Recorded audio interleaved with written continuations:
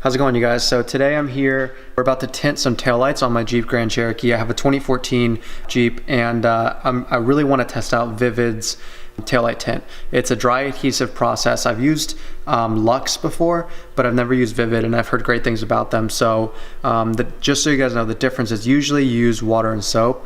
You spray the light and then you squeegee the water out, but this time around it's going to be kind of like a vinyl application process where we can heat it up, we can stretch it, and there's going to be no water or soap involved. So yeah, I'm super excited to show you guys, and I'm going to walk you through all the steps you need to do in order to get a really clean install. Step one is going to be to clean the taillight. Now I've already gone ahead and cleaned the taillight. I'm about to wipe it down with a microfiber cloth. That's going to be the most important thing, is making sure you don't have any dust, any grime, any chemicals, oils, waxes, any of that stuff, because then your tint is not going to adhere well and you're going to have problems down the road.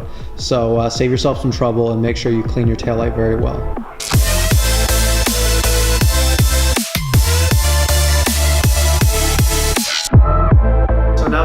You're going to want to do from there is you're going to want to take the vinyl you have, the tint, I guess you could say. I don't keep wanting to call it vinyl, and you're gonna, well, first take off the label or the tape holding it together. Okay, so you don't want to use that piece because the tape already kind of messed it up. So what you're going to want to do after you grab your vinyl, this is the Vvivid. I keep calling it vinyl. It's technically vinyl. It's a kind of vinyl. It's a tint. You're going to get your roll and you're going to mock up how much you're going to need. So typically these are a foot tall, and so you may only use half of it. So to save material, you can just cut it in half. That way you're not wasting that much. But you'll mock it up in length, and you want to make sure you account for the curvature, because that's really going to do a lot for you. So you're going to mock it up, essentially go like this, and then you're going to look at this and be like, okay, this is how long I need it to be. And you're always going to want to give yourself a couple inches in excess on either side, so you have room to heat it up and pull and kind of mess with it. All right, so the next thing you're going to want to do is you're going to want to actually apply it. So now that I've cut it to the length that I need, I can go ahead and mock it up, and then next thing I can do is to make sure there's nothing on there, because I've already double checked. I'm going to peel it. Let's see here. So I'm going to go ahead and peel it like this, and then just lay it on.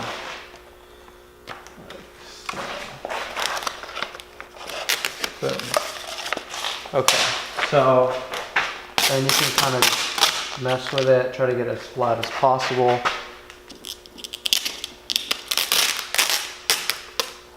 Boom.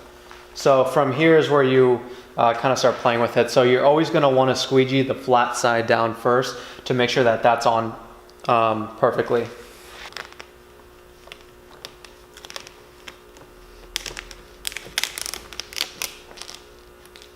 So as you can tell, so far I have not needed to use any heat, because this is relatively simple. It's all flat and shouldn't be giving you any issues.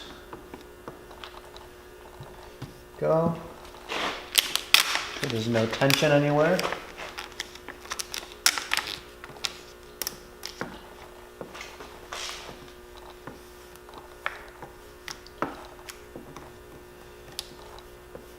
All right, there you go. So this flat part is laid down.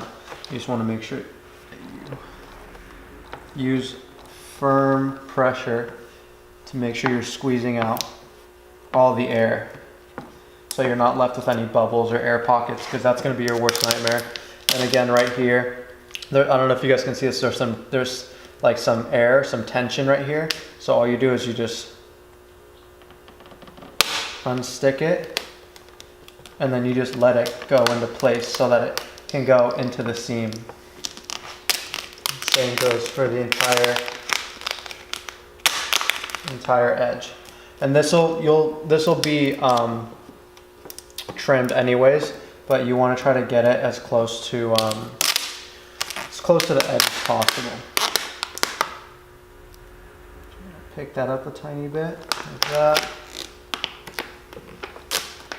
And it's very important that you try not to get your fingers touching the vinyl where it's going to be laid down, because then that's also going to give you a lot of issues, because it won't stick after it's been played with too much. especially where it's actually going to be on the taillight. You can touch it here all you want because that doesn't matter, but everywhere else, like on the taillight itself, it's going to be very important. So here comes the tricky part.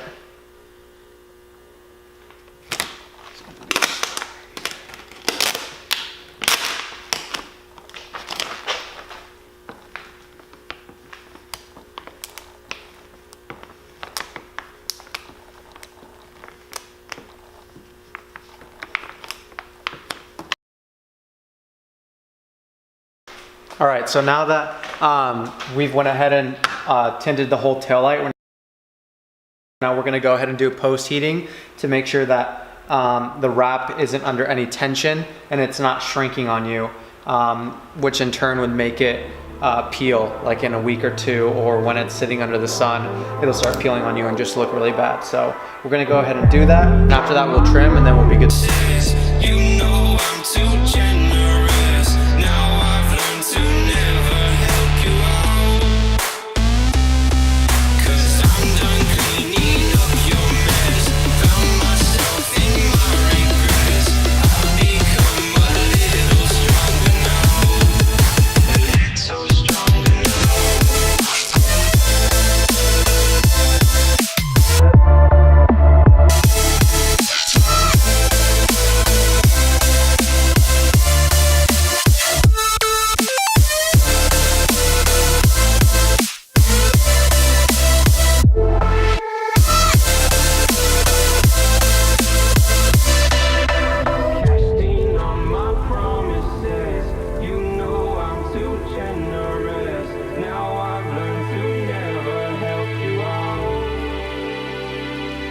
'Cause I'm done cleaning up your mess.